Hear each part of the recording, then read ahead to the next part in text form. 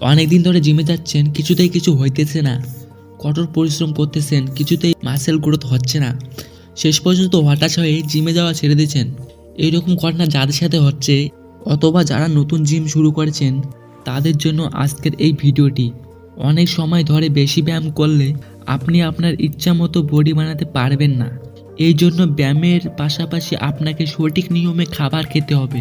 তাই আজ আমি আপনাদের এমন 5টি খাবার কথা বলবো যেগুলো খাবার খেলে আপনি খুব দ্রুত বডি বানাতে পারবেন, এবং তার সাথে সাথে ব্যায়ামের আগে এবং পরে খাবারের কথা আলোচনা করব।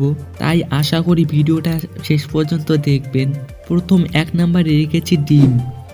ডিম খেলে আপনি এখানে পাবেন প্রোটিন এবং ডিমের কুসুম, যা আপনাকে দেবে ভিটামিন ডি। প্রতিদিন এক্সারসাইজের আগে 2টি ডিম এবং এক্সারসাইজের পরে 1টি ডিম খেলে খুব তাড়াতাড়ি মাসেল গ্রোথ হবে। তাই আপনি খুব চেষ্টা করবেন দিনে 3 থেকে 4টি ডিম খেতে। 2 নম্বরে আছে দুধ। বডি তৈরির জন্য দুধ একটি পুষ্টিকর খাবার। দুধে থাকে ভিটামিন এবং ফ্যাট, যেটা আপনার চর্বিকে খুব দ্রুত শক্তিশালী করার চেষ্টা করে।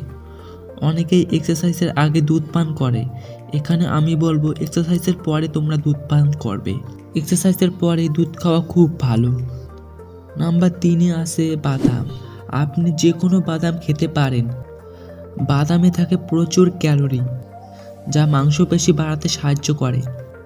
সকালে এক্সারসাইজের আগে 100 থেকে 200 গ্রাম বাদাম খেতে পারেন। 4 নম্বরে আছে মাছ।